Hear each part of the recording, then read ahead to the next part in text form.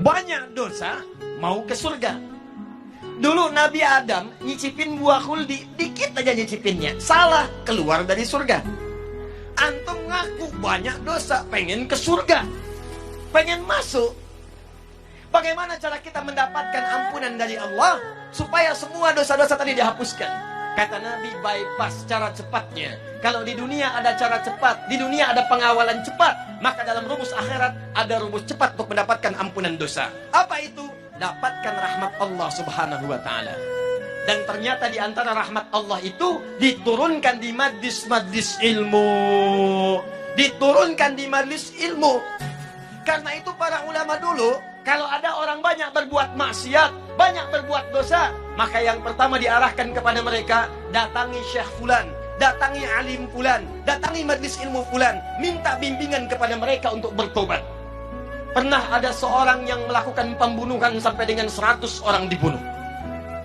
Mabuk tak terlukiskan. Pencurian itu sudah kebiasaan. Zina dia praktekkan. Satu kali dia ingin taubat, terbersit di hatinya, saya ingin kembali kepada Allah subhanahu wa ta'ala. Maka apa yang terjadi? Dia datang kepada seorang syekh, dia bertanya, "Ya syekh, saya ingin bertobat, bisakah seorang seperti saya tobat?" Kata syekh tadi, Allah akan menerima semua hamba yang ingin bertobat kepadanya. Datang ke masjid Fulan, datang ke majlis Fulan, datangi guru Fulan, minta bimbingan untuk bertobat kepadanya. Karena dia yang paling mampu untuk mengajari engkau. Ini adab dari para ustadz, adab para kiai, adab para alim, adab para guru. Jadi kalau kita bukan pakar di satu bidang, maka rujuklah kepada guru yang lain untuk mengajarkan.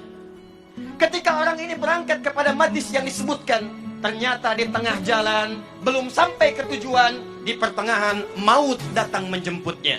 Tiba-tiba wafat di pertengahan jalan. Tahukah Anda apa yang terjadi?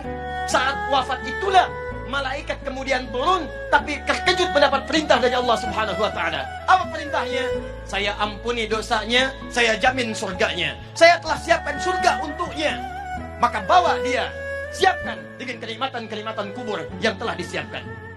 Kenapa orang ini tiba-tiba mendapatkan nikmat Allah? Kata para ulama, ternyata orang ini saat ingin menuju majlis ilmu mendapatkan rahmat Allah subhanahu wa ta'ala. Dibimbing di jalannya, setiap langkahnya dia istighfar. Astagfirullah, astagfirullah, astagfirullah. Baru berangkat menuju majlis ilmu, rahmat Allah turun kepadanya. Di tengah jalan dia istighfar, istighfar mengampuni dosa-dosanya. Langkahnya punya pahala datang ke majlis ilmu. Maka disitulah kemudian Nabi bersabda, buka hadis riwayat Ibnu Majah, nomor hadis 233, yang meriwayatkan sahabat namanya Abu Darda. Abu Darda itu Pak dulunya pengusaha, dulunya agamanya Kristen, pindah masuk Islam. Begitu masuk Islam, beliau membuka usahanya yang mendekatkan dirinya dengan Allah. Cara usahanya, bikin dagangan di dekat masjid. Dekat masjid, apa tujuannya? Supaya lebih dekat dengan Allah. Kalau tiba waktu sholat, tinggalkan dagangan, saya bisa sholat dulu. Kalau rizki nggak usah dipikirkan, Allah sudah atur. Setiap orang mau ke masjid, ada yang mampir beli makanannya, ada yang mampir beli dagangannya. Sampai kemudian ditiru oleh para sahabat-sahabat yang lainnya. Sampai sekarang kalau Anda haji atau umrah, Anda dapatkan dekat Masjid Nabawi, ada orang-orang jualan di sekitarannya. Itu yang pertama kali jualan, namanya Abu Darda. Meriwayatkan hadis dari Nabi, apa bunyinya? Kata Nabi, perhatikan kalimatnya. Man salaka tariqan yaltamisu fihi ilman, sahhalallahu lahu tariqan ilal jannah. Wa innal malaikata la tad'u ajnihataha ridan li talibil ilmi. Kata Nabi, siapapun yang menyiapkan dirinya, kemudian dia melangkahkan kakinya menuju majlis ilmu, maka saat dia akan melangkah itu, Allah telah menuliskan jaminan baginya. Setiap langkahnya akan memudahkan langkah dia menuju surga.